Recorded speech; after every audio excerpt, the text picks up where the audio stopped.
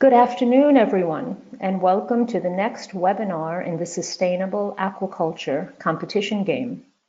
Today it is our pleasure to have topics chosen by the students, and I'm going to go straight to our first speaker because our time is quite tight this afternoon. And if you have questions for the speaker, I ask you to type them in or raise your hand, and we will open for questions at the end. With that, I hand directly over to Professor Marco Dalla Rosa at the University of Bologna in the Department of Agriculture and Food Sciences. And he will talk about innovative processing and packaging technology to extend the seafood shelf life. Marco. Hi, everybody. I'm Marco Dalla Rosa, and here we are speaking about critical fish products are a sort of problem related to the perishability due essentially to the high content of alternative bacteria and the presence of autolytic enzymes that are changing the quality very quickly to lower level. So even then the pH is not really able to act as a hurdle. So also the low acidity is of course is a factor of critical factor related to the perishability, and also the high water content, high water activity. All those are factors favorable to microbial development and degradative reaction. In particular, we can see that the shelf life is fixed as the time when the chemical spoilage and the minimal spoilage level related to the chemical reaction and the microbiological growth are able to grow in a certain level in order to have spoilage from both sides, microbial growth and the chemical reaction. So the shelf life is actually usually a short time from the capture of the fishery and the end of the life due to the growth of this type of metabolites. So then there is a necessity to preserve fish and seafood and clams and every type of fish usually is maintained by ice, maintaining constant the temperature, but there are some problems related to the weight, to the maintaining of the temperature, and from logistical problems. So other technology have been carried out, been studied, have been carried out. The first technology that I'm going to speak is related to the evolution of the preservation by ice, and is related to the superficial freezing of the surface of the fish, fillets on the wool fish, called super chilling.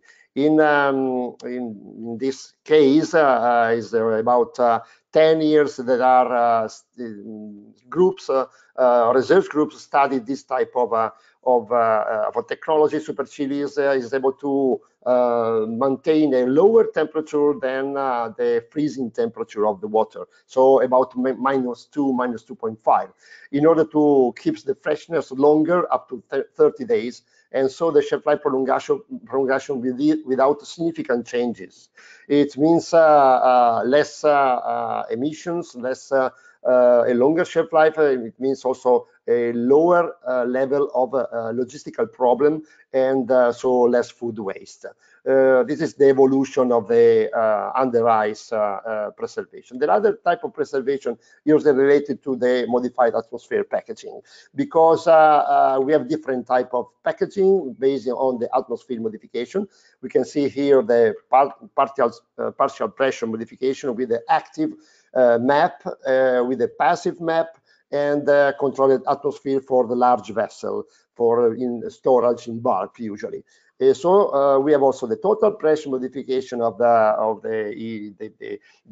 packaging system under vacuum, less than 26 millibar, or a hypobaric packaging, just a little bit more than the under vacuum, or the hyperbaric packaging when the the total pressure is higher than the usual pressure. So in this case, we have two situations. One is with high oxygen. We have to keep the red color mixing myoglobin and have hemoglobin stable, but this is risking to favor an excessive development of most typical aerobic bacterial species. On the other side, we have also the oxidation phenomena that are the first step to their acidity. With the lowering the O2 and increasing the CO2, we have an antimicrobial effect on CO2 in general, and then we have a quite good results obtained by the increase in shelf life of the product. And also we could have a red color if oxygen is present in minimal traces. Again, we have an anaerobic environment, of course, close to the food, but we have the antagonist effect of eventual pathogens like Clostridium, and the antagonistic effect of lactobacterial flora is so able to prolong the preservation. So I go directly to the other one. So the carbon dioxide is a key for maintenance.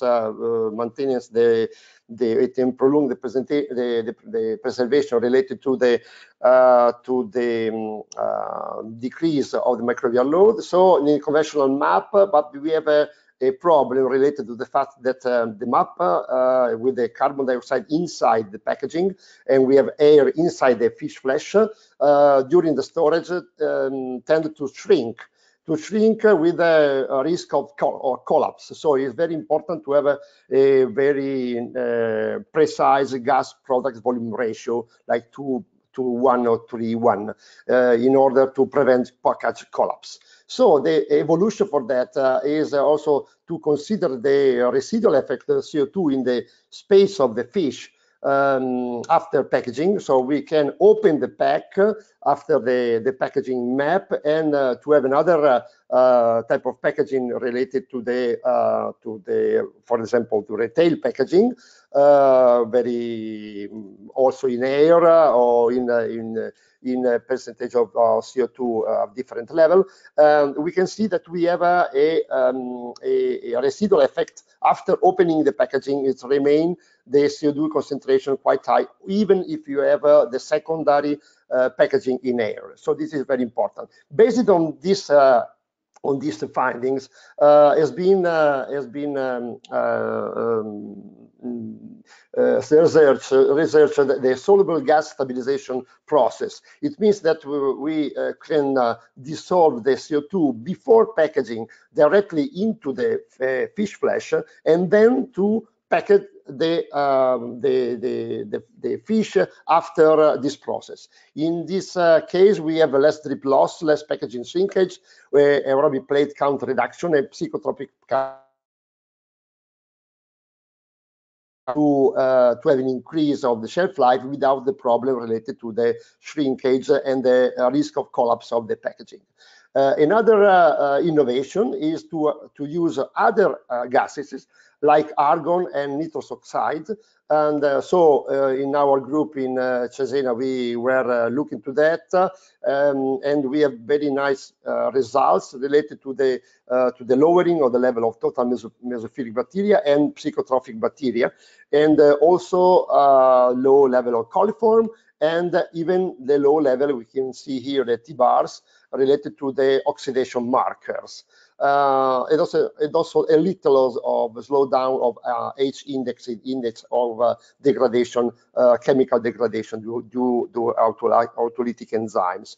So this is very interesting. Also related to the color, we found out the maintenance of the color very nicely with the red color respect to the yellow color that is related to the air, and also again the peroxide value. In this case, the oxidation was slowed down and really very low level of oxidation.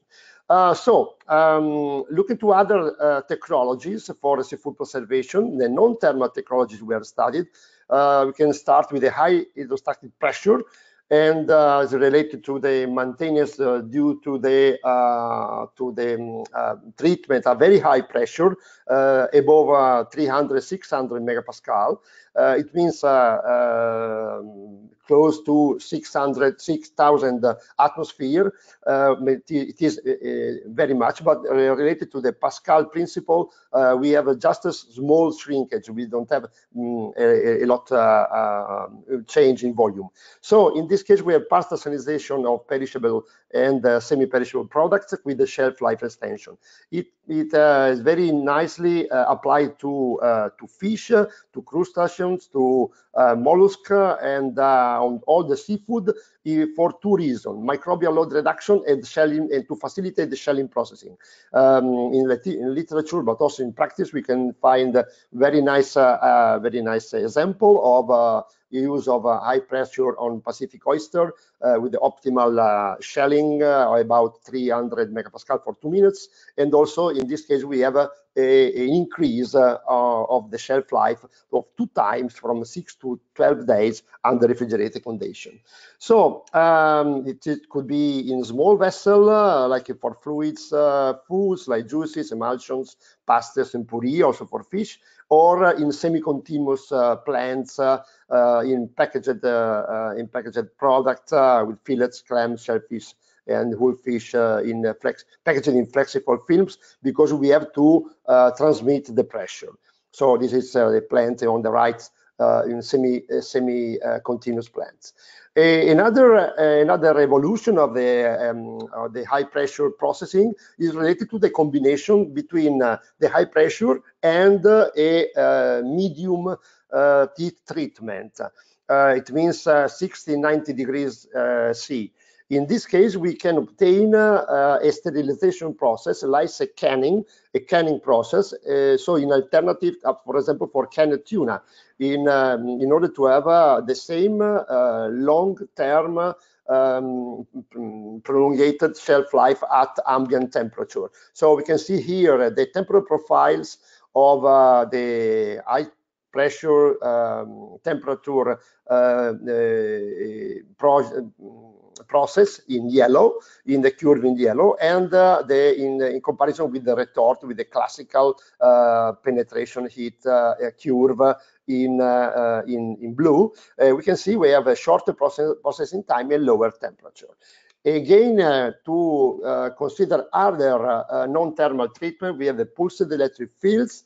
In this case, we have the product between 2 electrodes subjected to electric fields, short time electric fields application, and we have essentially the 2 types of application. The reversible electroporation is so-called electroporation, because the application of the electric fields brings to electroporation of the surface of cells, of the tissues, and irreversible electroporation. With irreversible electroporation, we have the death of the cells, even microorganisms or animal cells.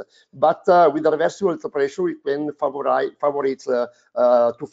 able to favor the exchange of materials, so to increase the mass transfers. So we have here the example of small or medium modular lab scale plant, like in our lab, or industrial scale plants that are commercially available. The benefit for PEF in fish processing and to enhance the drying, brining, and marinating processes, improve micro diffusion of brine and marinating in the fish tissue, improve water binding to the interaction between protein, salt, and phosphate, inactivation of parasite in fresh fillets, and of course the reduction of the labor cost. This is mainly for the reversible electroporation. So the effect on fish quality is to modify the product structure. Sometimes it's positive, sometimes it could be negative, but we have tenderization, increase the safety, because some cells can be destroyed, or at least the metabolism of the microbial cell can be reduced, and improve the water binding, particularly interesting for cooking operation. There is not so much in the literature. We have mainly these 2 examples, pulsed electric fields assisted enzymatic extraction of protein, or pulsed electric field speed treatments for the cooking of food. We will organize the next PEP school in Cesena at the beginning of June in the framework of the International Society of Electroporation. So the last treatment is related to cold plasma. Cold plasma is obtained by also in this case by electrodes, but they are able to form a gas plasma that have an inactivation ability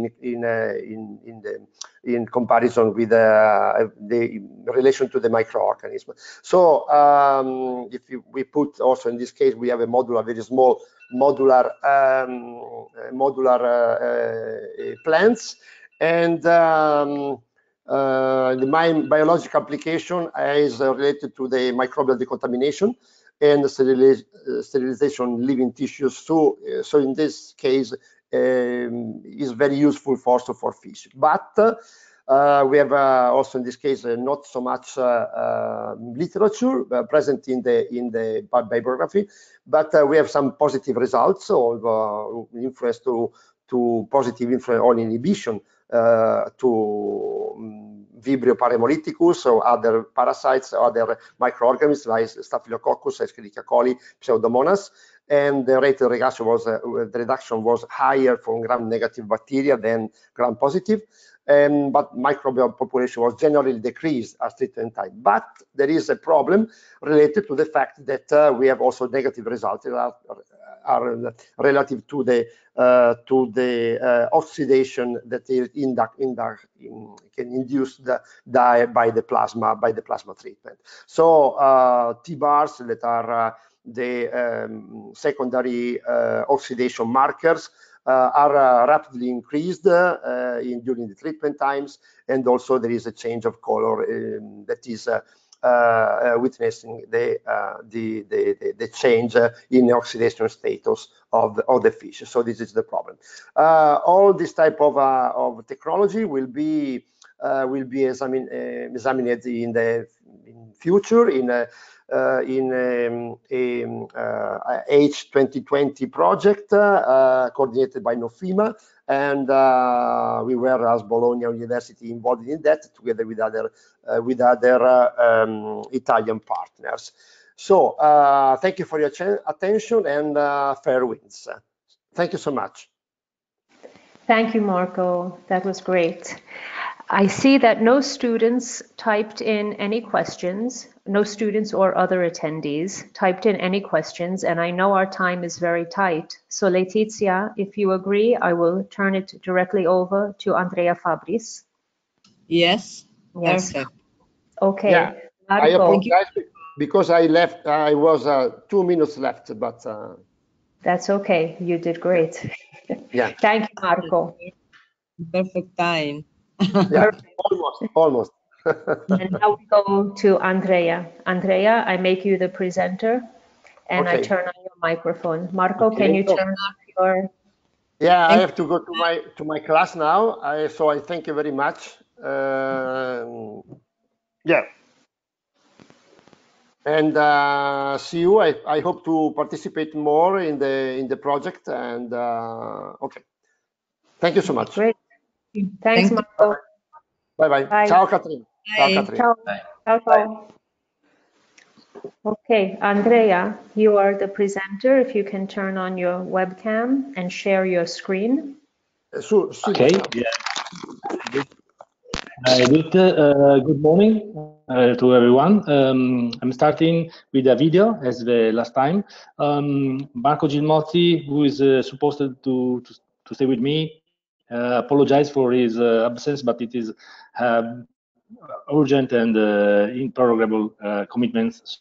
So he, as president of FEAP, would like to give all best wishes for your work, but he cannot be there. So I start with a video. We share the presentation, so it's also, I talk also in behalf of Marco Gilmozzi. A little video on the evolution of Aquaculture is a FEAP video. FEAP is the Federation of European Aquaculture Producers. That is an umbrella organization making inside 27 different associations from European countries, not only EU, but also, for example, Norway and Iceland. So I start with the video.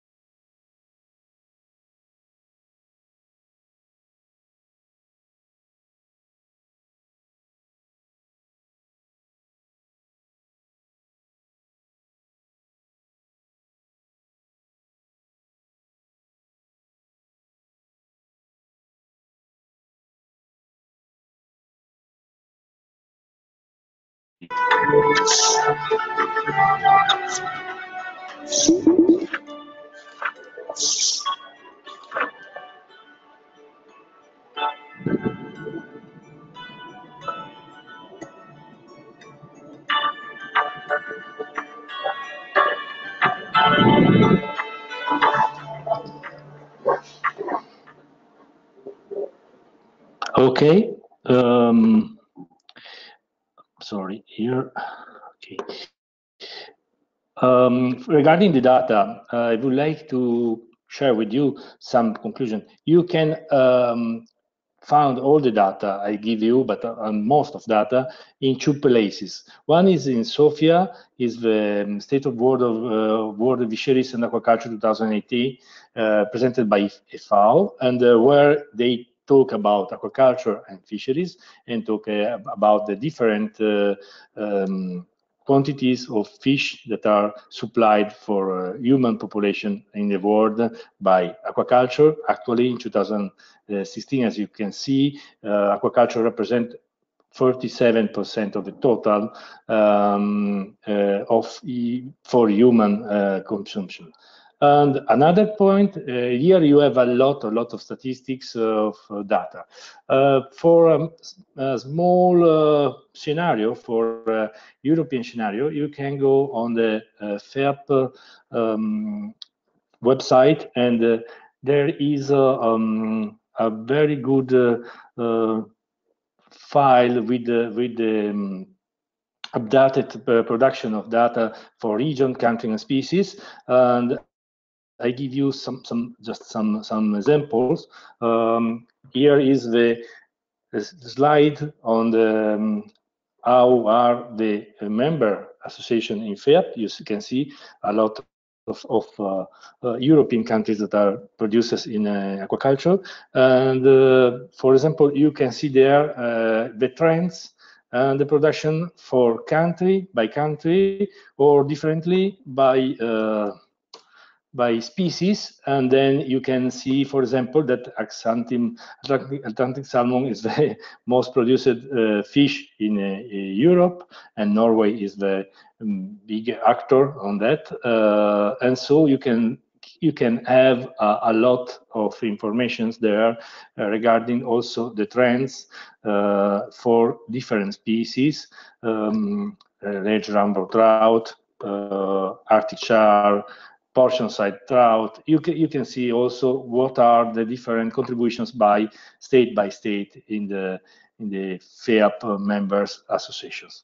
On that point, I would like also to explain what are the rules on the asking for the first part of the question of the different associations and what is the lobbying activity. You can see FEAP is only for fish producers that are in different countries, as I told before, not only EU countries, but also European countries, as Norway, Iceland, and not European countries as Turkey.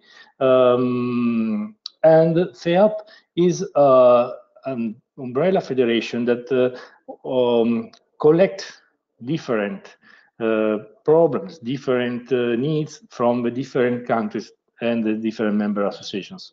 Another a kind of association that can make also some lobby activity in EU is Copa-Cogeca. Copa-Cogeca is a more general agricultural organization that includes both the enterprises and cooperatives that work in agriculture. And inside of them, for example, both API, my Italian Fish Farmer Association, is represented both in Copa-Cogeca and both in FEAP.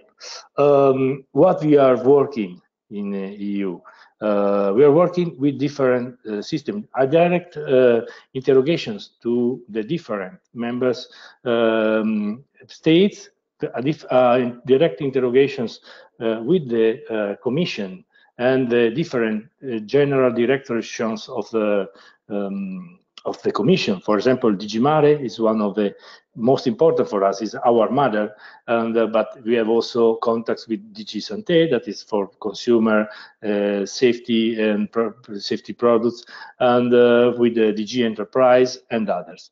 But another action is between some that are one is the Aquaculture Advisory Council, that are consultative organizations made by the Commission that are collecting all the stakeholders near a table that are discussing in the problems of aquaculture, in this case, Aquaculture Advisory Council, which is composed of 60% for production and 40% for different stakeholders, as for example, and non-governative organizations, NGOs. Other very important consultative advisory council is the Animal Health Advisory Council, in which we have also a position, and we can discuss there on welfare, health, and safety of aquaculture animals. This is the first part I would like to tell you. Regarding production, obviously, my knowledge is better related to the Mediterranean area, and I give you something like a synthesis of the production of Mediterranean area for aquaculture. You can see that the biggest actor there is Turkey, and in Italy we produce in 2016 more than 55,000 tons of fish, comprehending, for example, sea bream, sea bass, trout, sturgeon, eels, and other. As regards the second part of the question, we have also to see market differences as the different products have different markets and different ways to go to the market. I give only a small slide here to see what different is the type of product that we supply to the market, we put in the market. For example, for salmon, you see that the more important part of the product is sold by via fillets, portions, prepared meals, smoked. For example, for sea bream and sea bass, 90% of the fish are going to the suppliers as whole fish, not as processed fish. It's very important. And one occasion is that one of these ways is because salmon, the perception on salmon, the use of salmon, the consumer perception on salmon is different by sea bass and sea bream, but also the yield in fillet is very different. So you can see that also here is a very important point to work. Increase, for example, for sea bass and sea bream, the yield in processing fillets, and a different way to conduct the market of these products. As regarding the different prices on the market as aquaculture products and wild fish products. I take you an exemplification that I know because we are working in as with different partners in Perform Fish. It's a project, and we make a market study. And for example, I can give you some numbers. Eventually, I can give you when it is available the publication. The market for sea bream and sea bass in Italy is the most important market in the Mediterranean area for these two kinds of fishes. We consume more than 60,000 tons of these two fish, but but we produce only the 20% of these two fish, and the consumer has a perception, high perception in Italy, that Italian products can have a better quality, can have a higher price. So on this case, for example, we have a big import from Turkey and Greece of these two kind of fishes, these two species of fishes, but in the market they are placed in different way. The Turkish sea bream and sea bass has a price at the final market at about 6 to 7 euros per kilo. The Greek product have a price on the market from 8 to 9 euro per kilo, and the Italian product from aquaculture is about 12 euro per kilo. So you see the different price related to the different origin of the fish. This is specific, I think, mainly specific for Italian consumer perception. And as regards the wild fish, they reach about 20-25 euros per kilo for the same fish, for sea bream, for example. But if we go to the quota on the market, we can see that Turkish and Greek products have reached the 80% of the total market. Italian aquaculture, sea bream and sea bass, cover 20% of the market, and the wild fish, sea bream and sea bass, cover at maximum the 2% of the market. So you see there are different quantities, different prices, different perception of the consumers. I don't know if I answered at all your questions. This is all for me. If you have some specific question, I'm here to answer for some minutes. Thank you. Thank you very much, Andrea. We had one question during the presentation. A student wanted to know exactly what is the meaning of the FEAP. Is it an association?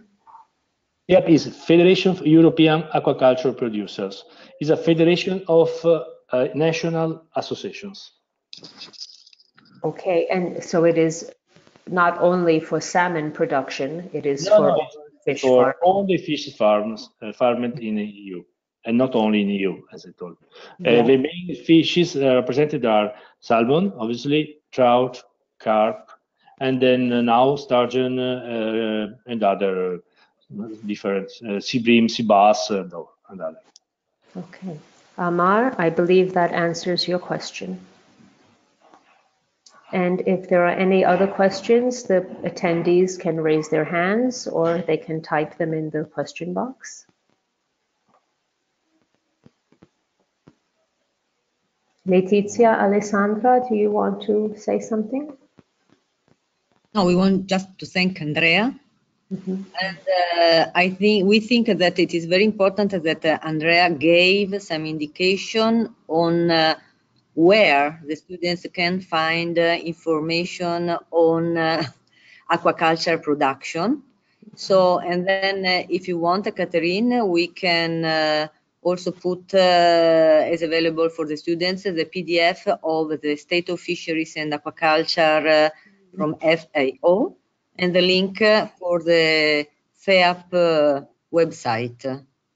So they can have the sources of data on aquaculture production in the world and in Europe and other countries. Yeah, I think that would be very useful. It was a very rich document, so we can put a link on our website for all of the students. Absolutely. Yes. Thank you, Andrea. Okay. Okay. Bye. Have a good work. Bye. Bye. Okay. Bye. Thank you very much. Bye. Bye. Okay. Laetitia, will you go ahead and introduce our next speaker? Yes. Now we have other two colleagues from Unibo, Luca Parma and Alessio Bonaldo, and they work in the same research group on aquaculture production and nutrition. And so now we have in the program of this webinar Dr. Luca Parma, who is a researcher working in the field of aquaculture productions since several years. And now he will show this topic, organic fish farming, new perspectives for aquaculture.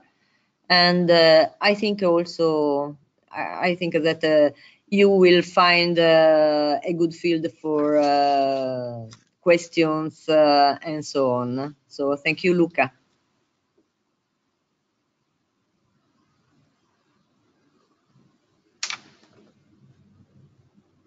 Quite a relative new area for the aquaculture production, and it's coming from the organic agriculture that is based on the health of soil, ecosystem, people, and it's on ecological process, biodiversity, and also very important is that has to be adapted the production to the local condition, following tradition, innovation, and science.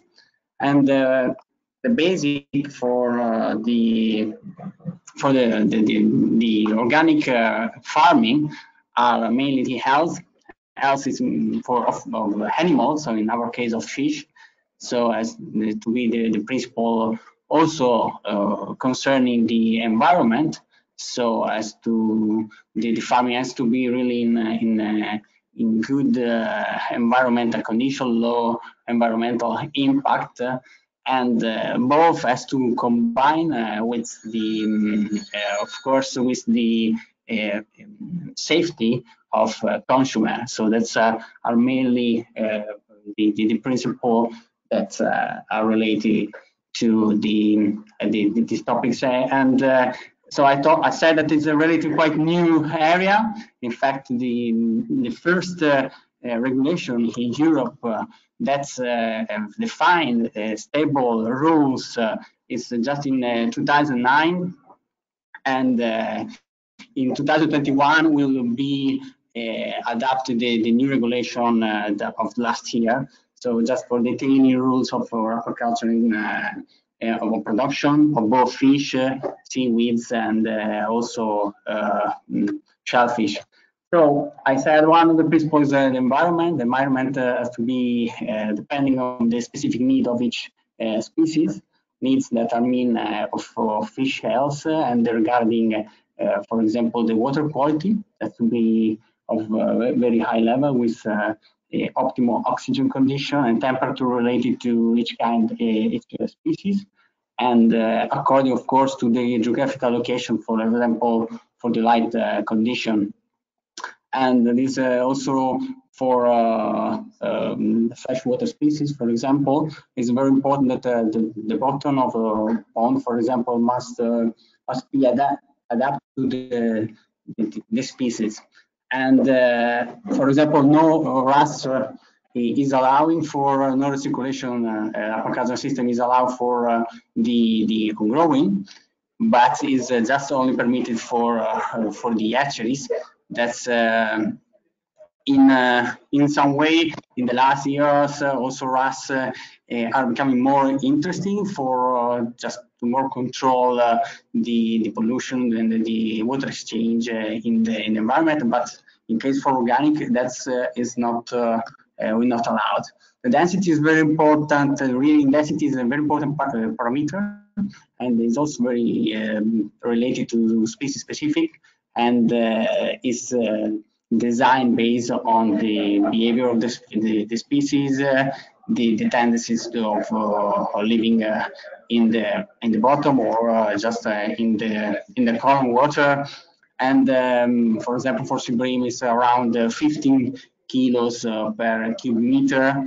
When in normal density, in conventional density, we can go up to 34 ckg or 50 kilo square meter for inland cases. And we have specific rules for inland also and cage fishing farmers.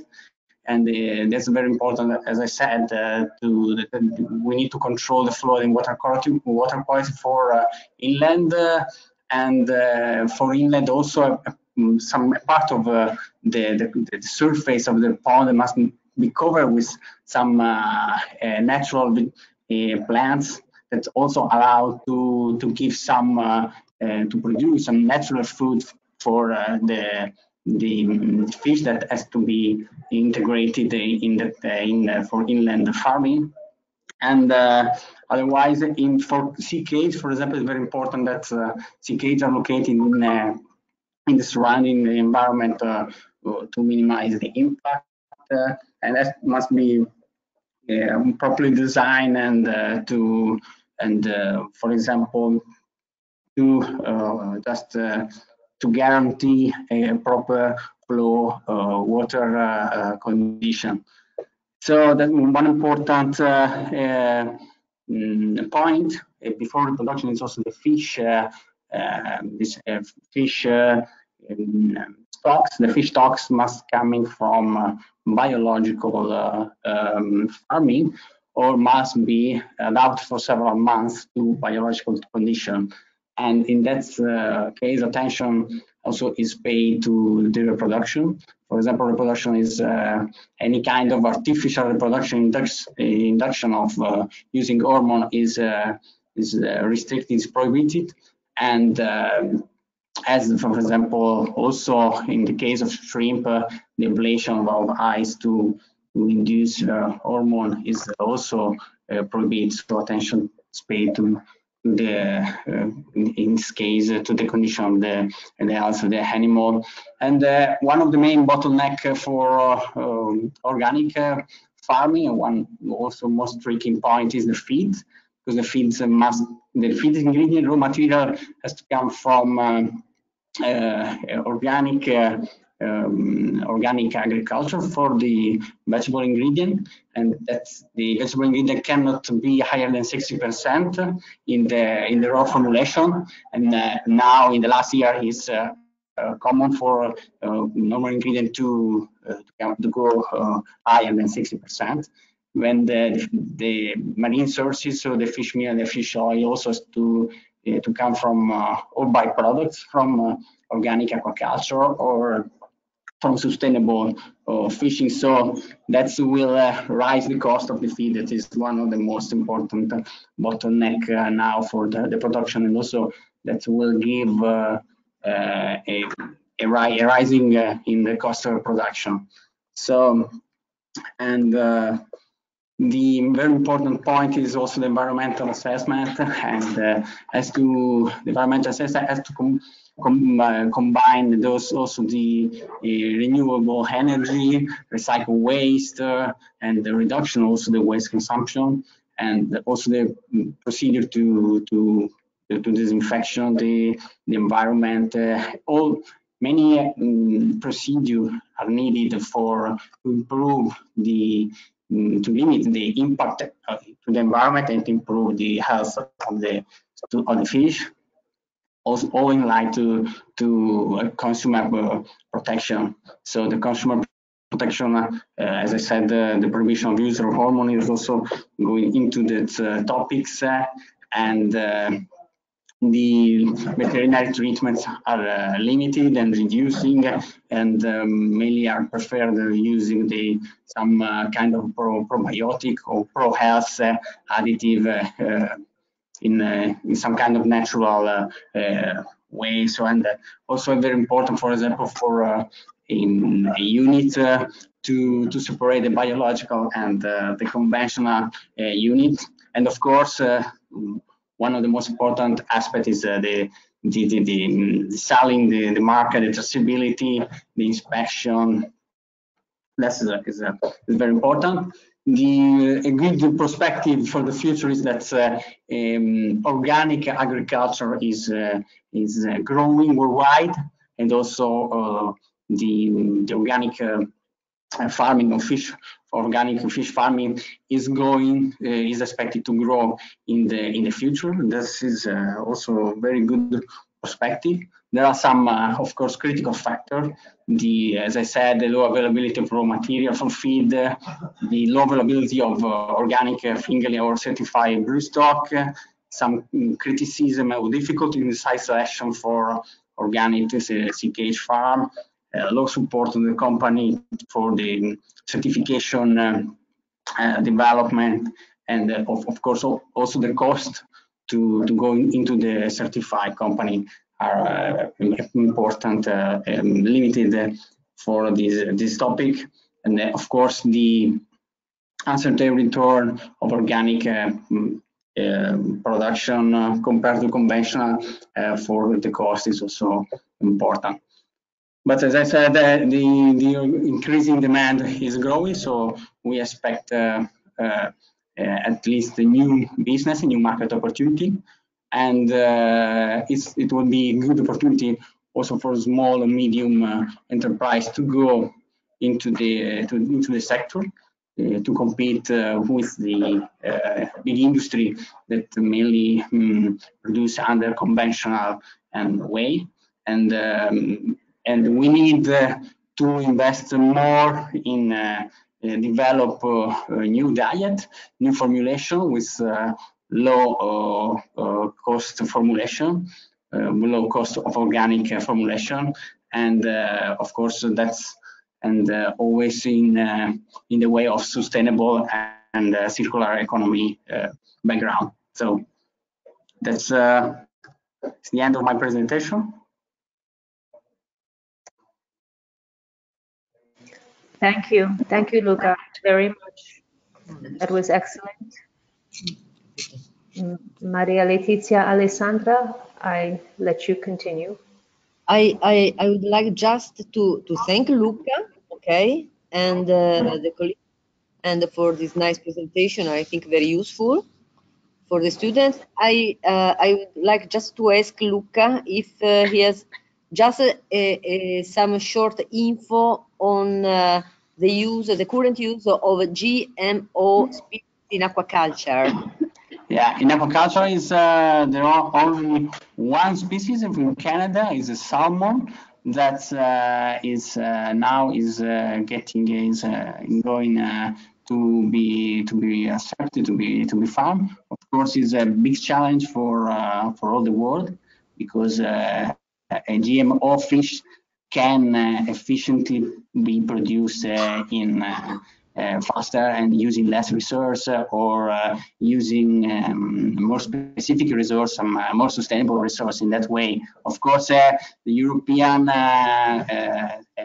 safety authority is more restricted in that line, but I think, in my point of view, is a good challenge for the future. So we need to feed more people in the world. So it will be, I think, good challenge for the world in the aquaculture production. Thank you. We have a question from one of the students about growth stimulants. The student asks, why are they not allowed? What is their impact on the body? The growth stimulants. Okay, what's yes, they are not allowed because they can interact with the hormone and the regulation. So that can be some combination with the health of the fish, and of course also with the safety of the consumer. But yeah, it's organic aquaculture is is seen in natural condition, and that's has to be maintained, I think, in that way. I mean, the fish is without growth stimulants, it's just a natural growing. Of course, also growth stimulants can be interesting to develop, I think, but at the moment that is at least the European position, yes. Okay.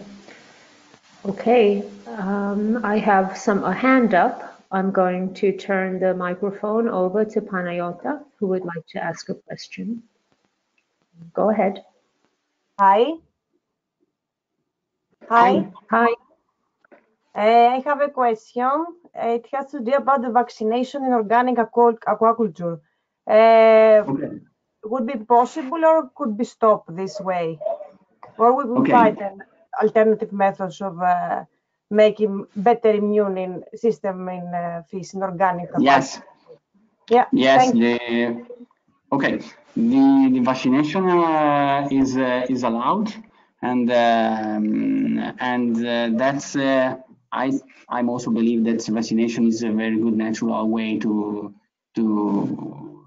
solve, to eradicate some important pathological. But also Letizia Fioravanti can maybe say some word, but I believe that vaccination is kind of the best natural way to defend fish against important pathological problems. So that is a good, I think.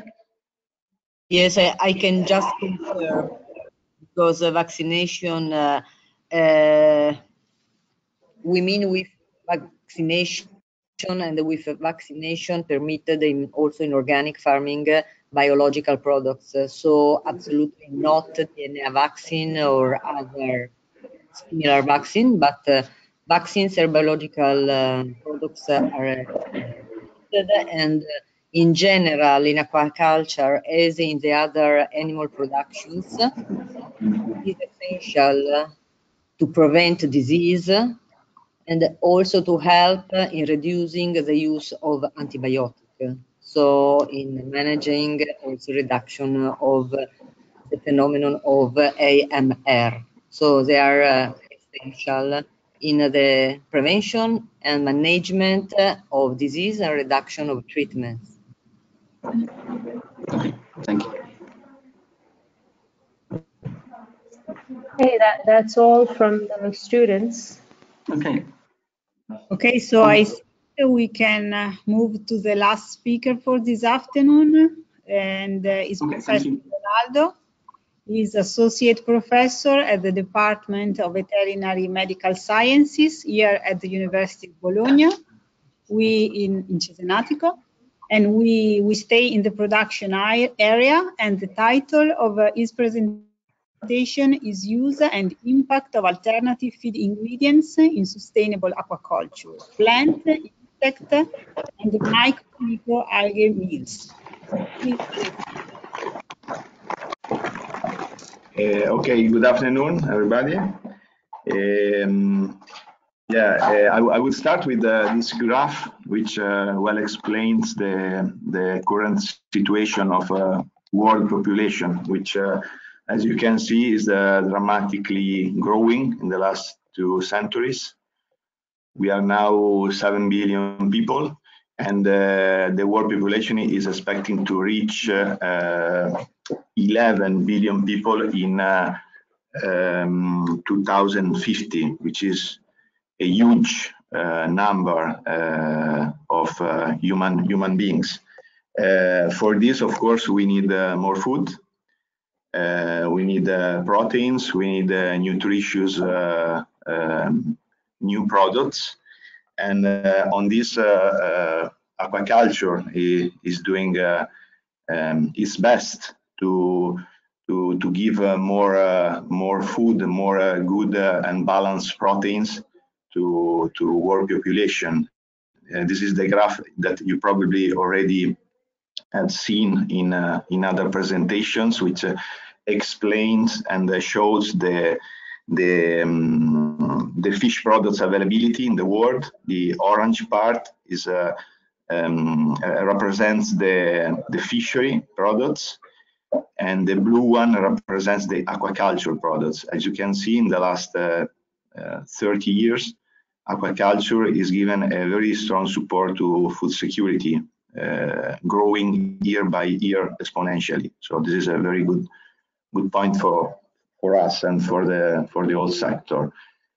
But to farm fish, we need proteins, good proteins, good and well-balanced proteins with good amino acid profiles, and which were represented in the past mainly by marine animal proteins, which mainly fish meal from wild fish stocks, and other marine sources like fish protein concentrate and other sources. This permitted a very fast growth of aquaculture sector in the first decade. After that, the feed companies and also the research tried to substitute these ingredients with the alternative ingredients coming, for example, from other value chains.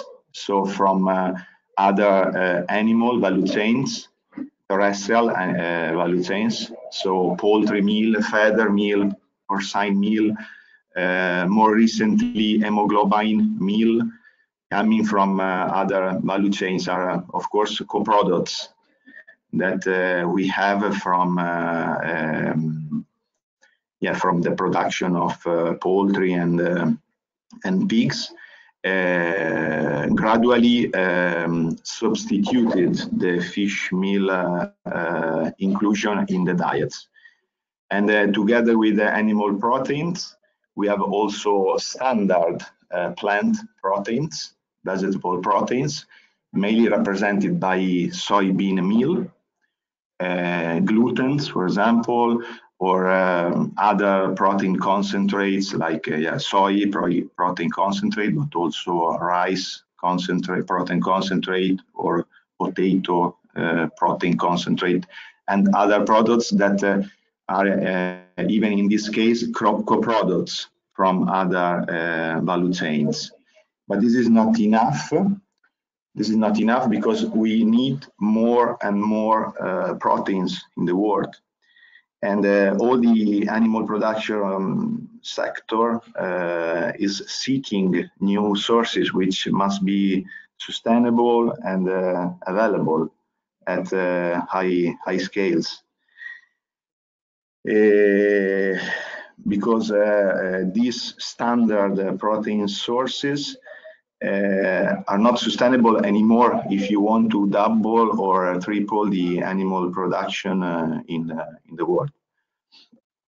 So now all the development, the socio-economical development of agriculture, the agriculture 4.0, is driven by circular economy principles, which use the different value chains more efficiently than in the past, looking at new co-products, new nitrogen sources, trying to use, for example, CO2 to mitigate, for example, global warming. All these principles represent a very interesting new approach to have a fast-growing economy and fast-growing animal production with new protein sources also. This is, for example, a graph from a project where we are involved. For example, you can produce microalgae using CO2 from geothermal power production, for example, which is used for producing microalgae. So in this way, you produce more proteins, sustainable proteins, but also decreasing the CO2 amount in the environment, for example. And these proteins can be used for fish, so for our sector, but also for poultry, but even for human nutrition. You can use food waste from, for example,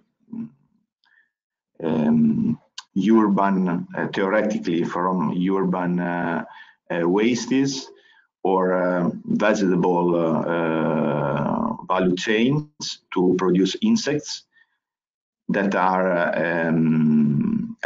processed to produce insect protein meals, which can be used as well as new protein source for animal production and human beings.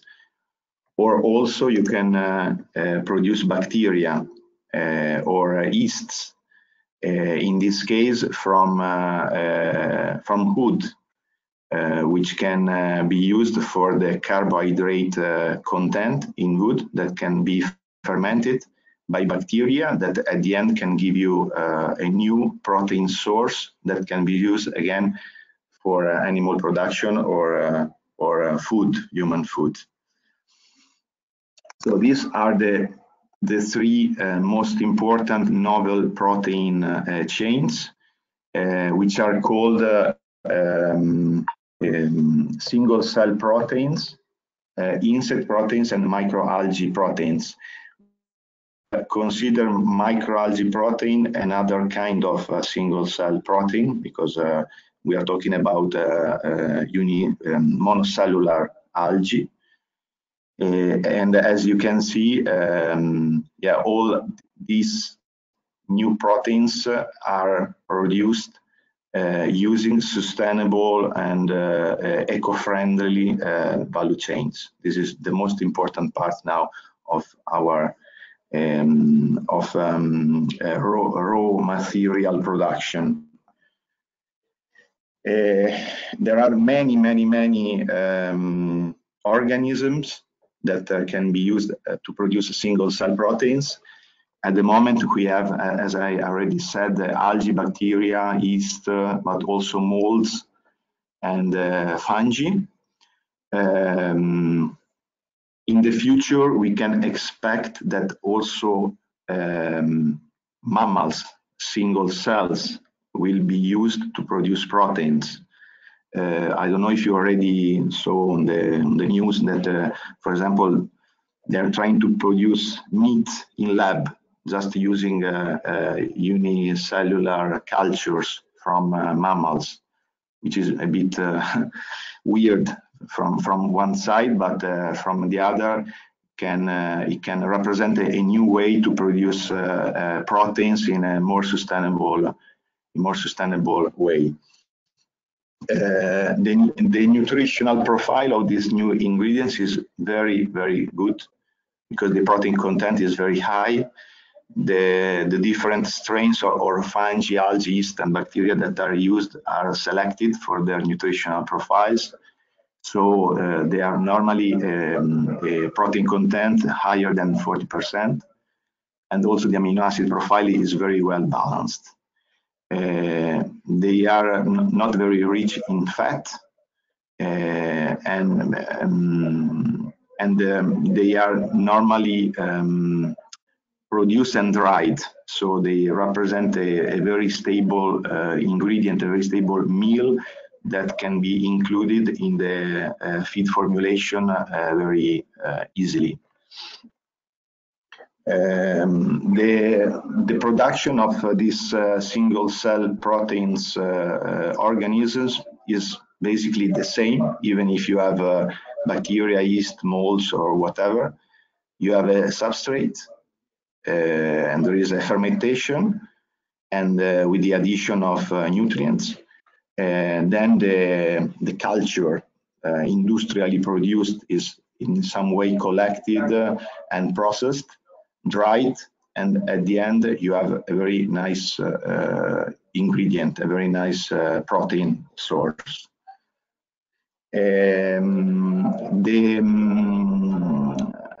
These products are, as I already said, industrially produced using industrial fermentators.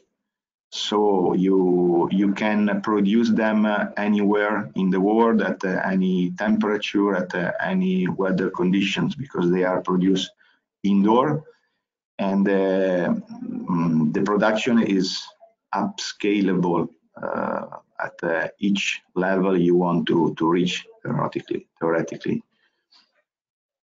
This is, for example, a European project called Life Brewery, which utilize a different approach, but also looking at monocellular protein sources.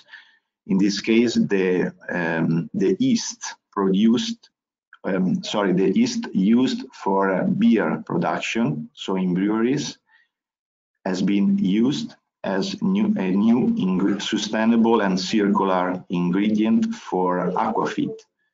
So in this case, instead of wasting this end product of beer production value chain, the yeast is used as a new ingredient for aquaculture.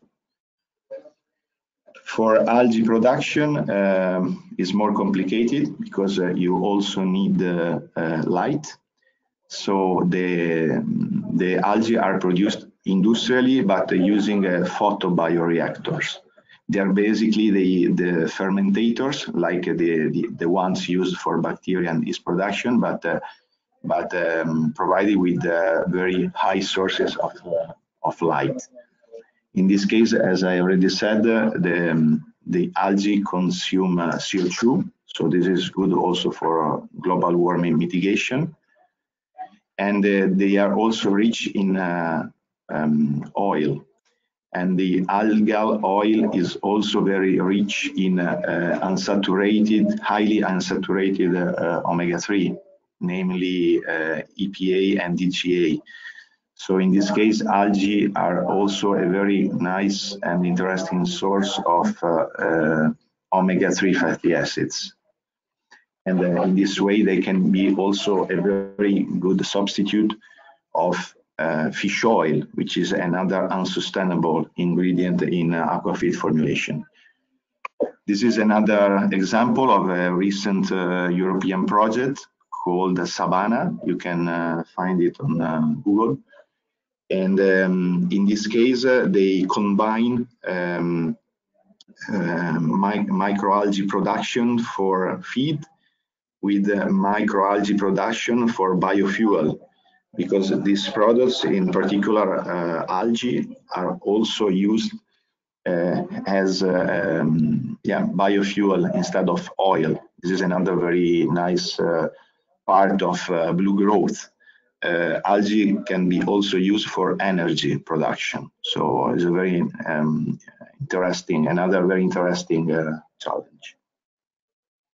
For bacteria, it's basically the same. As I said, they already isolated and selected good strains of bacteria with very good nutritional profiles.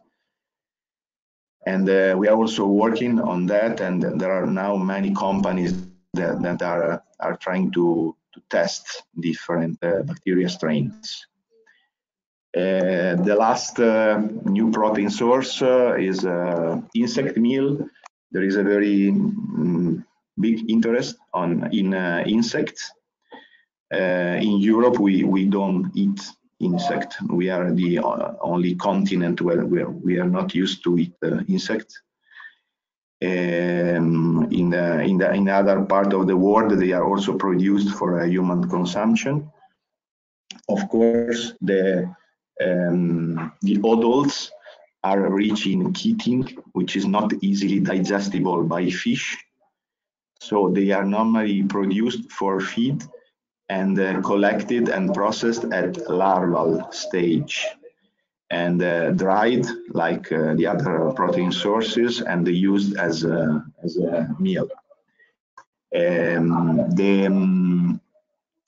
The insects have been authorized very recently in Europe. It's already a few years that they are allowed, and the regulation is very strict. It's not so easy to produce them because we have only 4 species that can be used for feed, and not all substrates can be used.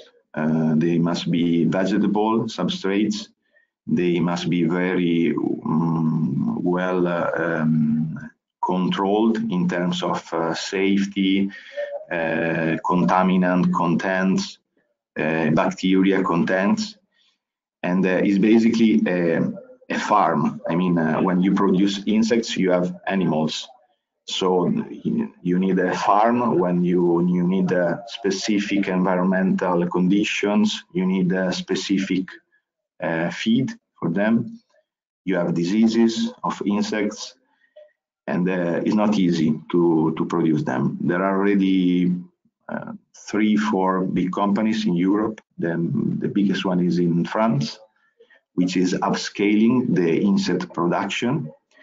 And you can see many papers already published describing the effects of this insect meal inclusion in aquafeed on growth and welfare of fish.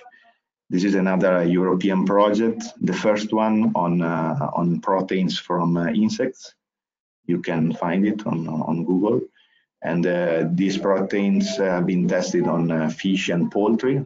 I forgot to tell that probably next year the insect proteins will be allowed also on poultry nutrition. It's almost sure that they will be allowed next year also on poultry. And we have also a very recent example of utilization of insect meal in a commercial feed, in a commercial value chain. Ocean, the French supermarket, started using aquafeed containing a small amount of insect meal for trout and bass and bream feeding, and they're already selling fish fed in this way. To conclude, just a note. I mean, it's not easy as I described. And the biggest problem now is the economical sustainability. So all these ingredients at the moment have production costs that are too high and are not economically sustainable at the moment. To give you an example, for 1 kilo of insect proteins, now you can spend 5-6 euros. For 1 kilo of fish meal, you spend €1. So at the moment, it's not economically feasible, a complete substitution. But all the, all the animal production sector, research institutes are working on that. So we expect that the production costs will decrease in the next future quite speedy. Okay, that's it. Thank you. Thank you very much, Alessio. That was excellent. Yeah, we have one student asked a question early on about the single cell protein and the meat produced in the laboratory. And the student says, do these contain the essential amino acids? You mean the meat or the other single cell protein, or both? Both, yeah, the student. Both. About single cell proteins, I can say that yeah, it depends on the protein source and the organism you are using. It depends. Sometimes you need to add some essential amino acids. So it depends on the protein source you have. What the industry is trying is to select strains that have a balanced amino acid profile. About meat, I'm not really informed about that. I just read on the news that they are trying to produce meat in lab, but I would say that the amino acid profile of meat produced in lab is the same of meat that is normally produced in farm. Yeah, great. Thank you. From the students, I don't see anything else. Students, if there is any question, please raise your hand or type in the question box. That looks like it from here. Okay. Okay. So thank you very much. We thank all the speakers this afternoon and all the students who joined the webinars. So thank you very much again, and we'll see you the next time. Yeah. The webinar will be available, the recording, on the website as always. Okay. So we would like just to specify that the 4 speakers dealt with topics chosen among the topics suggested by all the teams.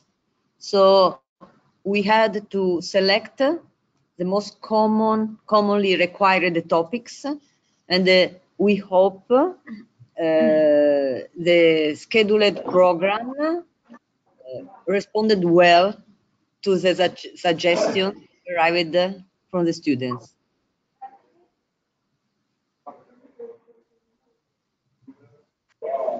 Great. I think the students were attentive and enjoyed the program. I found it excellent. And thank you again to Maria Letizia, Alessandra, to all of the speakers, to the students for attending and their questions.